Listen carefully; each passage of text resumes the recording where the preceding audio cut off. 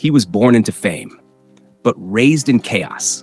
From the outside, his life looked like a dream, a Hollywood childhood, cameras flashing, movie sets buzzing. But inside that world, something darker was growing. Before he even turned 10, his life had already been shaped by addiction, handed to him by the one person who was supposed to protect him. As he grew, so did his talent and his demons. He became a rising star, a fan favorite, a brilliant actor. But off-screen, his life spiraled. Drug use, jail time, headlines that mocked his downfall. His career was over, his name tarnished, until one unexpected role gave him one final chance, and he turned that chance into a global legacy. You know him now, but can you recognize his story before the reveal? He was born in Manhattan, into a home filled with creativity and chaos. His father was an underground filmmaker, the kind who loved pushing boundaries.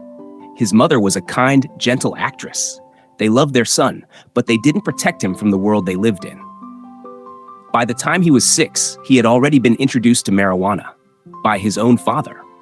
Not as a mistake, but as a twisted way of bonding. It was a home where the extraordinary seemed normal, even when it shouldn't have been. He acted in his first film at 5 years old. Fame was part of his life before he could tie his shoes. But so was dysfunction. His childhood wasn't stolen. It was never truly his to begin with. In his teenage years, he moved across the country, chasing his dream in California. He auditioned relentlessly, studied under acting coaches, and started landing roles. It didn't take long before casting agents noticed him. He had something rare: wit, charisma, and range. Soon, he was everywhere. From quirky comedies to Oscar-worthy performances, he could do it all. He got nominated for awards, became a household name. His face was on movie posters and red carpets.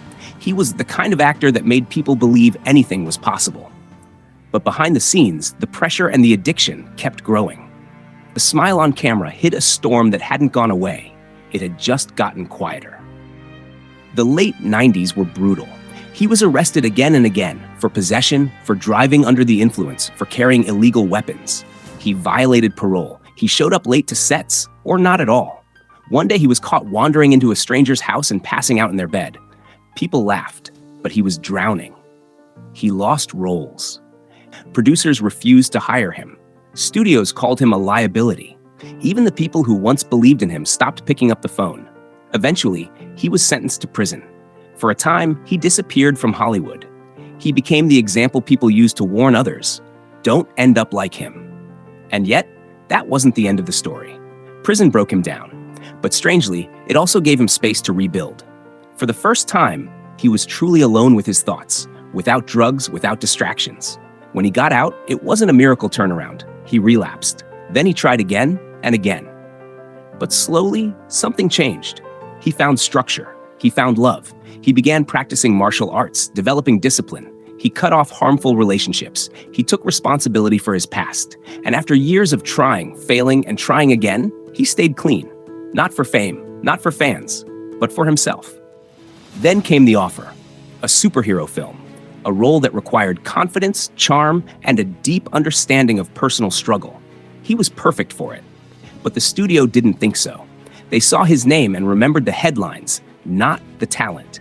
They said no. But one director fought for him, said he was the only one who could do it. Eventually, the studio gave in with strict conditions. He signed the contract, walked onto that set, and from the first scene, he was electric. Audiences didn't just love him, they believed him. He wasn't just playing a hero, he was one. The film was a smash hit, and then came another, and another. He became the foundation of an entire cinematic universe. He made audiences laugh, cry, and cheer. He inspired a generation. But behind all that success, he remained grounded. He spoke openly about addiction, about recovery, about gratitude. He credited those who supported him and made sure others knew change was possible. He built a new life. Not perfect, but full. He wasn't just a comeback story. He was a reminder that no one is ever too far gone. And sometimes, your greatest role is the one you fight hardest for. So now that you've heard the story, who do you think it is? A child star, introduced to drugs by his own father. A young man who rose to fame, fell to addiction, lost everything, and then returned to become one of the most iconic faces in cinema history. You guessed it, Robert Downey Jr., the man who brought Iron Man to life. and in the process, rebuilt his own. If this story moved you, hit the like button. It helps the channel grow. Share your favorite Robert Downey Jr. moment in the comments. And if you enjoy stories that reveal the person behind the fame, make sure to subscribe. There's so much more to come. See you in the next one.